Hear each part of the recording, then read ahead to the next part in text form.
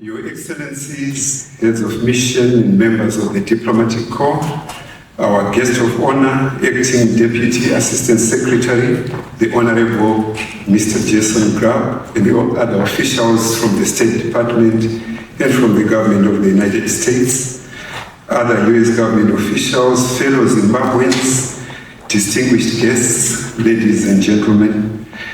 On the 18th of April 2026, the people of Zimbabwe celebrated the 46th year of their independence from colonial rule. Today, we gather here in Washington, D.C. to commemorate and celebrate, albeit a few days later, that historic occasion.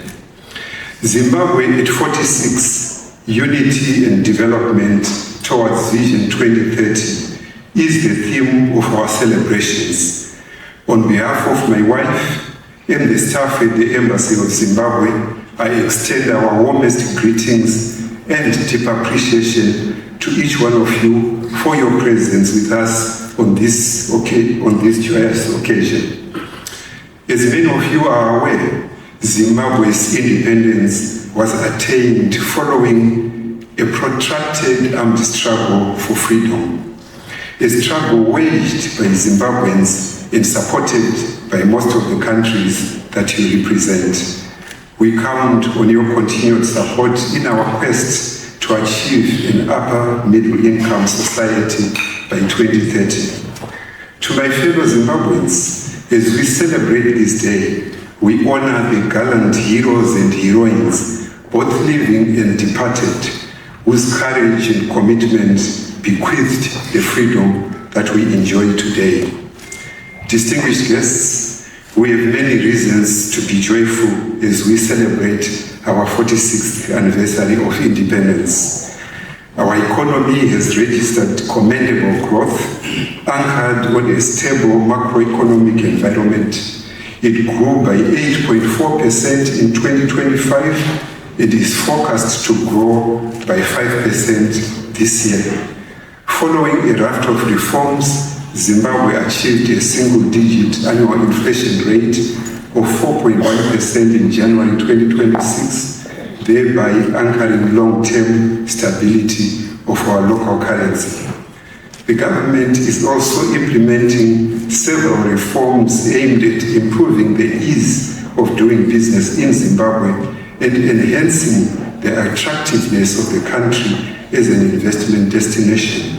To that end, many taxes, fees, and levies have been reviewed downward and rationalized across critical sectors of the economy. Agriculture constitutes a key sector of our diverse economy. It is pleasing that this sector is poised to record a successful performance this year. For instance, the total cereal production for the 2025-2026 season is expected to reach over 2.7 million tons, which will provide the country with a healthy minimum surplus of over 550,000 tons up to March next year. The mining sector has posted exceptional growth in the past few years and is projected to grow by 6.3% in 2026. The government has resolved to unlock the full potential of Zimbabwe's rich mineral endowment for the benefit of the country and for the benefit of all citizens. Measures which include the controlled export of raw materials have therefore been introduced to ensure increased local value addition and beneficiation, thus creating opportunities for more investments in the mining sector. The tourism sector is also growing in leaps and bounds. In 2025, the industry recorded a remarkable 10% annual growth, generating $1.3 billion in receipts and attracting $194 million in investments. We've also prioritized infrastructure development, scaling up energy generation and transmission, which are key drivers for the country's industrialization agenda. The The service industry, such as health, education, finance, art and culture, are crucial levers that equally propel our economy and offer opportunities for investment and partnerships. Distinguished guests, Zimbabwe and the United States of America have a long history of diplomatic relations. In fact, the US was one of the very first countries to recognize the then newly independent country of Zimbabwe on 18 April 1980.